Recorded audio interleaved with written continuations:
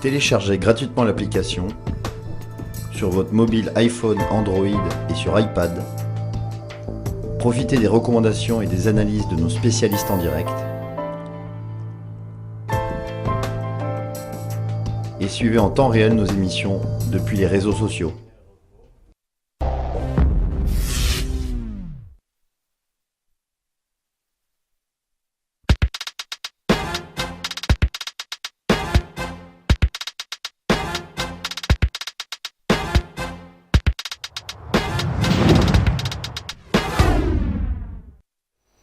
Nous sommes de retour sur Direct Investisseur et on reçoit en duplex tout de suite Pierre Verret, analyste chez YouTrading, responsable de YouTrading Analyst chez Active Trade. Bonjour Pierre. Bonjour Lucie, bonjour Antoine. Bonjour Alors, Pierre. on va parler avec vous d'une paire de devises qui est le GBP USD. On avait un intervenant tout à l'heure qui nous donnait son avis sur cette paire. Quel est votre scénario sur le GBP USD? Alors sur le GBP USD, c'est vrai qu'il se passe actuellement quelque chose d'assez intéressant. Enfin en tout cas en fin de semaine dernière, on a eu un signal d'achat assez intéressant à traiter sur cette fameuse paire majeure. Donc je m'explique tout d'abord sur un graphique hebdomadaire, on peut voir qu'on a un trend baissier assez bien établi, j'allais dire, un trend baissier qui a duré approximativement 6 mois, donc c'était de mi-juillet jusqu'à la fin janvier de cette année. On peut cependant constater, notamment avec la ligne de tendance tracée en orange sur mon graphique, qu'on a eu un breakout, donc un franchissement des prix par rapport à cette résistance. Ça, c'est le premier signal et un des signaux les plus importants, étant donné qu'il est constitué, qu'il a été exécuté par les prix eux-mêmes. Je tiens également à préciser que on a également le même signal qui s'est déroulé un petit peu plus en avance cette fois sur le RSI.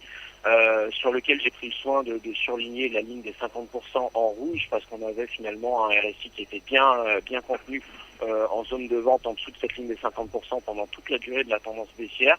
Simplement, sur les dernières séances, on a eu donc un franchissement de cette ligne des 50% pour la première fois depuis la mise en place de la tendance baissière et on a également eu déjà un premier pullback au niveau de ce RSI. Là,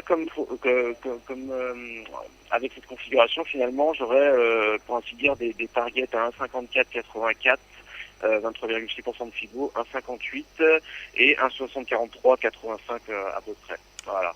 Donc Pierre, maintenant, si là, on allait... excusez-moi, actuellement on peut donc entrer sur les cours actuels sur le GBP USD, là on entre sur les Alors, 1,5380. Alors voilà, justement, donc le signal est clair, le signal haussier est clair, on a un beau signal d'achat. Maintenant, c'est vrai que en termes de timing par rapport à la rentrée de position, c'est là où je vais peut-être me servir d'un graphique un peu plus détaillé, notamment en 240 minutes. En 240 minutes, pour répondre à votre question, Antoine, donc c'est vrai que même si le signal est fort, on constate qu'on ne serait pas dans les meilleurs timings pour rentrer à l'achat sur cette paire-là. Pourquoi? Parce que finalement, la cassure de la ligne de tendance, j'allais dire journalière en orange, a été opérée de par une figure en biseau, qui sont absolument pas des figures de renversement lorsqu'elles sont situées en tout début de tendance, comme c'est à peu près le cas ici. On peut constater également qu'on a un RSI flirtant avec la zone de surachat au niveau de 70%, un petit peu en dessous, et un stochastique également en zone de surachat. Donc, si vous voulez, au regard de tous ces indicateurs-là, j'aurais tendance à attendre une correction, voire même un pullback, un retour sur le support, on va dire au niveau des 1,5280 environ. Ça va être difficile d'aller chercher des points d'achat vraiment bas, vraiment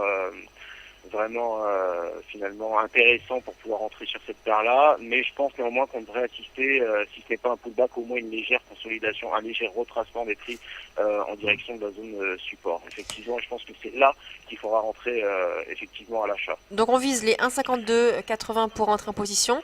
Et ensuite, du coup, quel est votre objectif? Alors, le premier objectif sera situé à 1,5483, 1,5484 pour arrondir, ce qui sera constitué des 23,6% de Fibonacci. De plus, c'est un ancien support finalement historique qui avait été cassé, il me semble que c'était voilà, début janvier. Donc ça, ce sera le tout premier objectif. Alors maintenant, il y a plusieurs stratégies qui peuvent se mettre en place. C'est soit évidemment, on va commencer à alléger la position dès lors qu'on a un dépassement sur cet objectif, soit au contraire, on va chercher à renforcer cette position pour aller chercher finalement les 1,58 au 38,2% de Fibonacci. Là, ça va dépendre finalement tempérament de chacun des traders à ce niveau-là. C'est un objectif à quel horizon? Le C'est un 1,54,80? objectif, ouais, alors 1,54,80, je pense qu'on devrait le faire. Alors à mon avis, ça devrait être faisable fin de semaine, début de semaine prochaine, à mon avis. Maintenant, c'est vrai que pour l'objectif supérieur, on va peut-être attendre plusieurs séances. Donc à mon avis, ça devrait être fait sous 2-3 semaines à peu près. Donc D'accord. c'est un beau swing à faire. Enfin, c'est un trade un peu plus long qu'un swing classique, mais néanmoins, on a des belles variations. Juste si j'ai le temps, je fais un petit point sur le stop loss éventuellement à donner. On le fera peut-être la prochaine fois, parce que là, on va être un petit peu D'accord. serré au niveau Pas de du temps. problème. Désolé, Pierre. On vous retrouvera la semaine prochaine. Ça On fera marche. justement, si vous voulez, donc ce point sur le stop loss, pas de souci. Merci beaucoup. Donc Ça Pierre marche, Verret, merci. Au analyste revoir. Forex chez Active Trade.